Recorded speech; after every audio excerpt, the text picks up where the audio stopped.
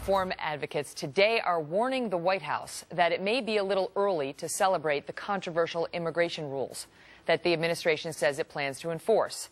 They want to see the policy rollout match the promises from the president. Now, this move will halt deportations for thousands of illegal immigrants, a decision that was blasted by conservatives this week as an end run around Congress. Michelle Malkin is a columnist as well as a Fox News contributor, and Kristian Ramos is NDN's policy director of the 21st Century Border Initiative. That is a liberal think tank. All right, so Michelle, I'm sure that you're not happy about what the president has done here, but the left-wing advocates, those who favor reform in this area, are warning the White House they better see at least this and more. Your thoughts? Yeah, Obama has displeased everyone. He has displeased the left-wing open borders lobby.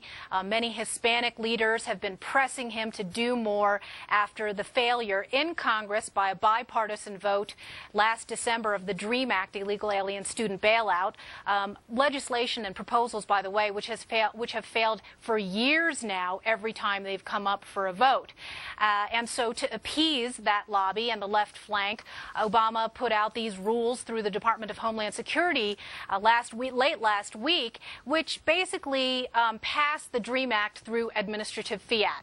And so not only do you have the left wing happy, but of course you have strict immigration enforcement activists unhappy. They've been predicting that this was going to happen for months and months now, and it's only the latest in a long line of illegal alien amnesties through the back door. You know, Kristian, do you think it's an accident that the president's decision came in the wake of this Gallup poll that shows a decline in his approval among Hispanic voters of 36 points? It was at 85% approval, then it was 49% approval, then came this announcement last week.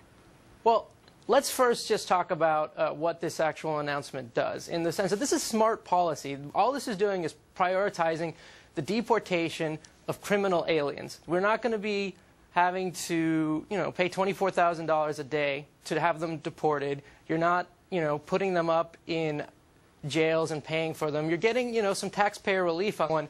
I think this is, quite frankly, just smart policy.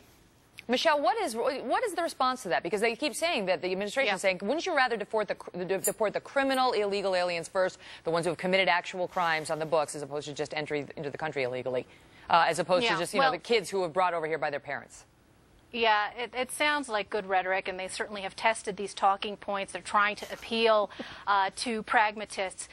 But I've studied and reported and investigated the deportation system over the last 20 years, and it is not the case that we are deporting hardened criminals. That's the problem, is that the system is such a wreck that they are unable to be able to tell who's here as a true potential danger to the country and who's not. And in any case, the current law is that whether you jumped over the border illegally or overstayed your visa illegally or evaded deportation illegegally, you do not belong here. And what this order has done is give a blanket pass to not just thousands, but potentially 2.1 million people in that certain class of DREAM Act beneficiaries. Let me get the two of you to stand by. My apologies to both of you. We're getting the president's statement on Libya. We want to listen to that now live. Earlier this year, we were inspired by the peaceful protests that broke out across Libya. This basic and joyful